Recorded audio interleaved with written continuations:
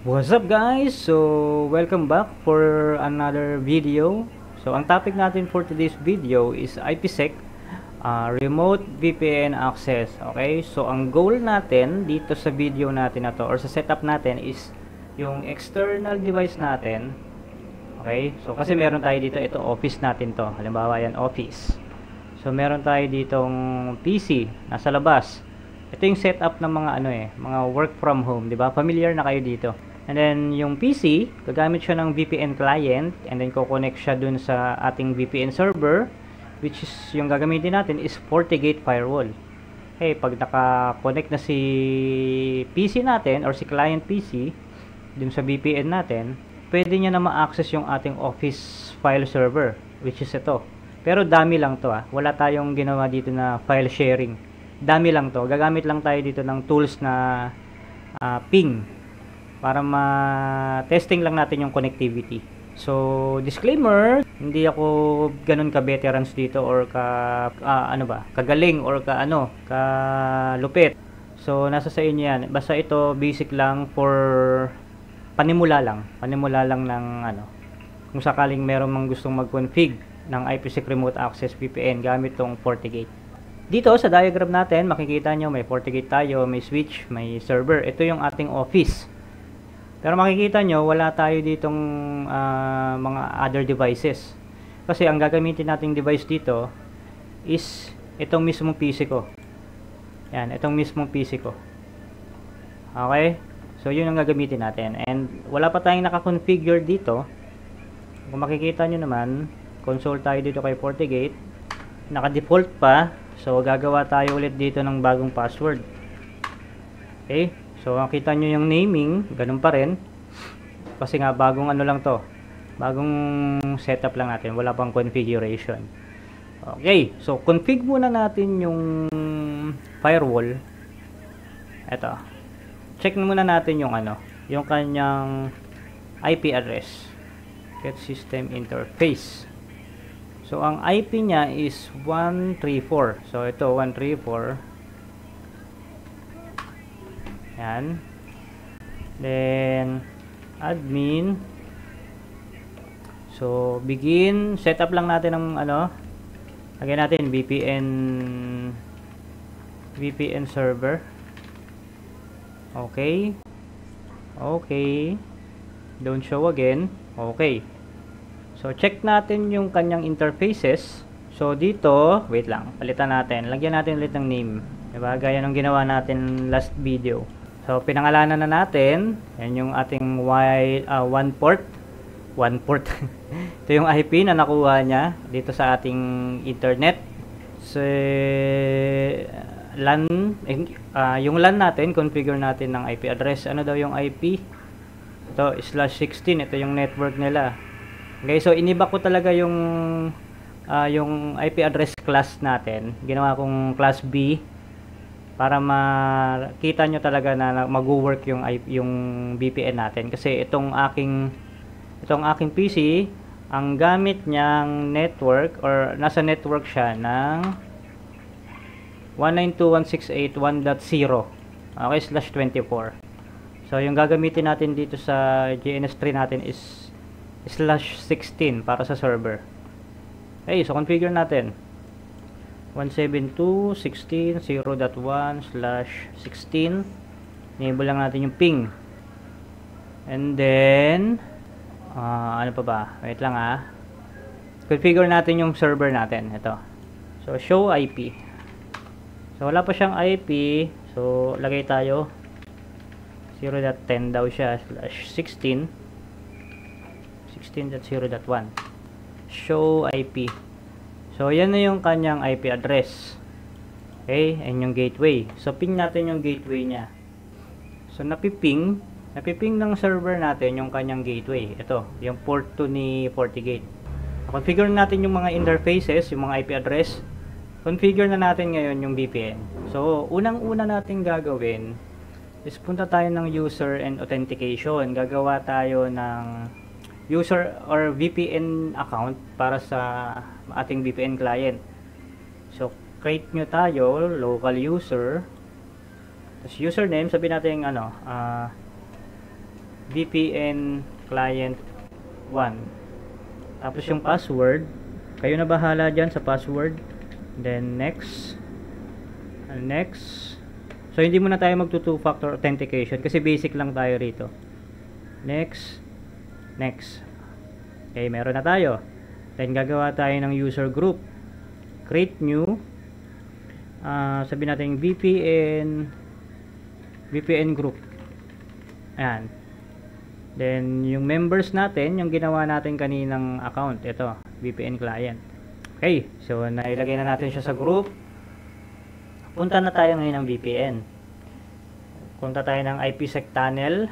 So wala pa tayong tunnel dyan, ha. Okay. So wait lang, by the way, bago ko pala i-continue yung VPN natin, ito yung ating server IP. Ipiping ko siya gamit yung PC ko, ha. So ping 172.16.0.10. So unreachable yan kasi magkaibang network yan eh. Walang routing na nangyayari dyan, kaya hindi marireach ng PC ko itong ating virtual PC rito. So timeout yan.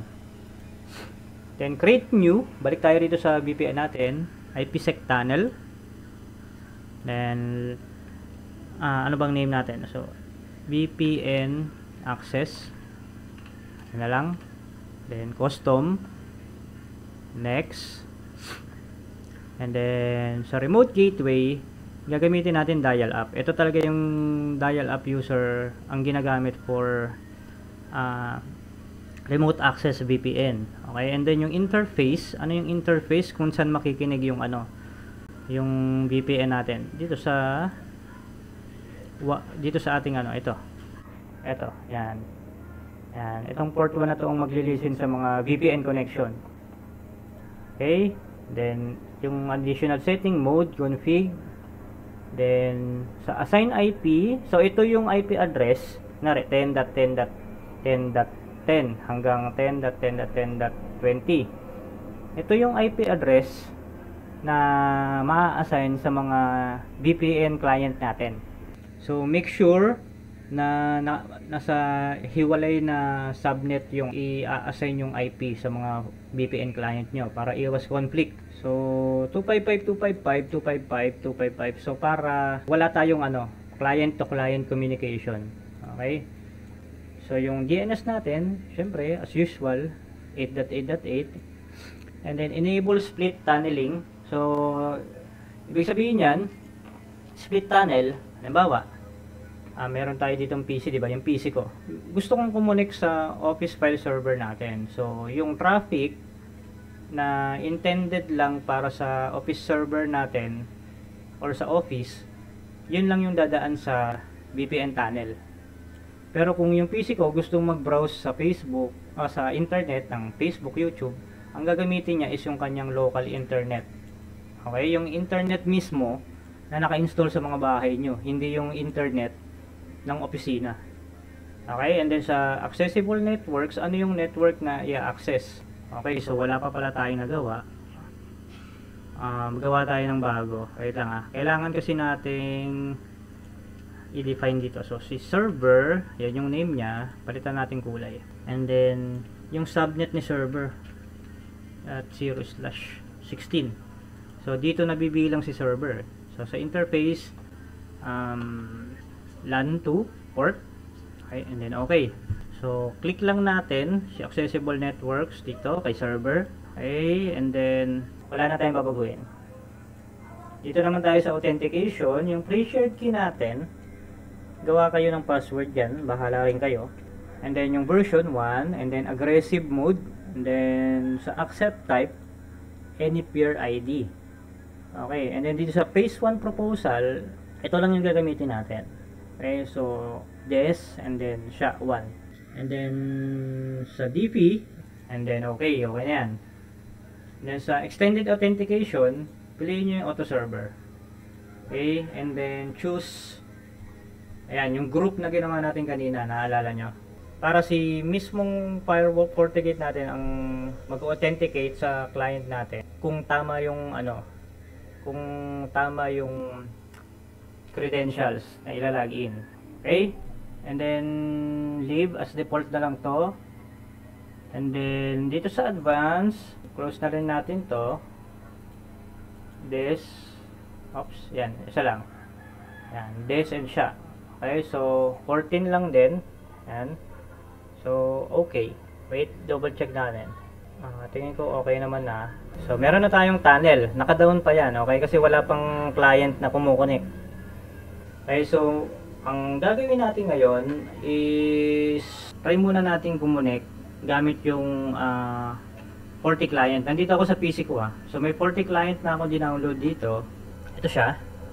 So, manadownload nyo siya sa Fortinet website mismo. Okay, so, configure VPN. Ito, ayan Gamit natin dito guys, unlicensed lang. Okay? So, configure VPN. And then, piliin nyo yung IPsec. And then, yung connection name. Yung VPN access. And then, yung remote gateway natin is yung IP address nung ating 1 port. Ito. 1.134. 192.168.1.134.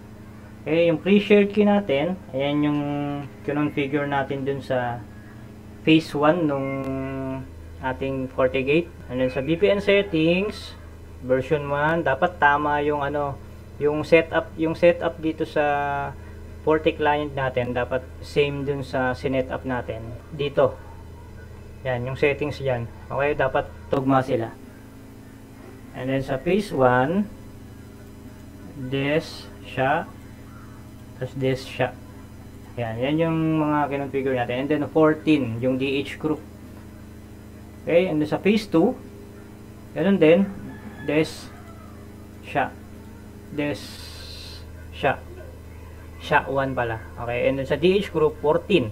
So, double check, save, and then yung username and password, ayan yung kinonfigure natin dito. So, tandaan nyo yung mga password nyo. VPN client 1. Oops. Connect. Try natin kung kukonect. So, kung hindi pa siya kumunik, ay kulang pa. So, connecting. So, medyo matagal kaya parang may kulang or may mali sa config natin. So, disconnect muna natin para hindi tayo magtagal. Double check muna natin ulit yung rito. Yung configuration. Muna tayo kay VPN.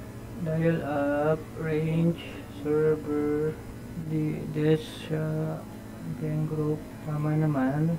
Tingin ko tama na. Okay, gawa tayo ng policy. Baka kailangan na natin ng policy. So, remote to LAN.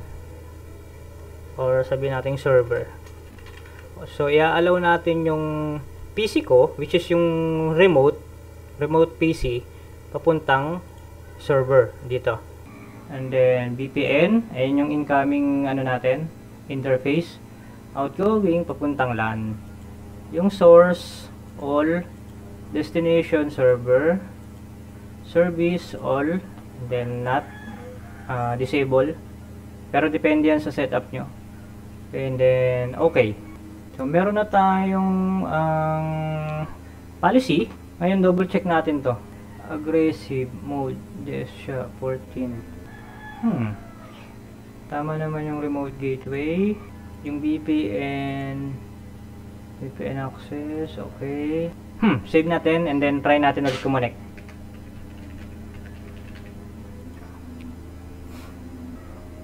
Yun. Ito nyo, ayan guys remote access tayo. Nakakonect na yung 40 client natin. Ito.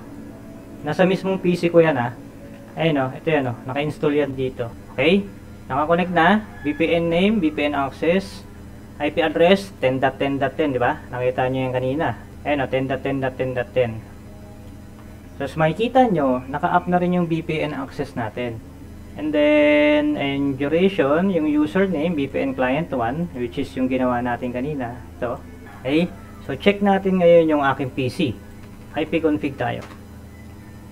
Ayun, makikita nyo, Ethernet adapter 2, 10.10.10.10. Okay? Nagkaroon na tayo ng IP address galing dito sa ating VPN. Okay, ayun diba? Ngayon, ping natin tong ano, itong 172.16.10. Kanina hindi natin napiping yan, di ba? O, di ba? Pingable na. Kung mag-ano tayo, para mas maipakita ko. Continuous ping yan, papunta rito sa ano, sa ating VPN server. Tapos disconnect tayo. Ayan na, dinisconnect ko. So, dinisconnect ko na. Disconnected, di ba? So, request timeout na. Dito. Diba? Request timeout na. Hindi na natin ma-access kasi disconnected siya sa VPN connection natin. So, login tayo ulit sa VPN. Okay, yan na. So, connect na tayo. Meron na tayo ulit connection dito sa ating Office file server. Diba? So, yun. Yun lang guys yung basic IPsec Remote Access VPN configuration natin. Gaya nga ng sinasabi ko, pwede nyo itong gayahin. At pag nagaya nyo to, pwede kayong mag-explore pa. Pwede nyo pang i-secure yung inyong VPN connection. Or pwede nyo pang mas i-fine tune. Okay? So, yun. Yun lang guys. Maraming salamat.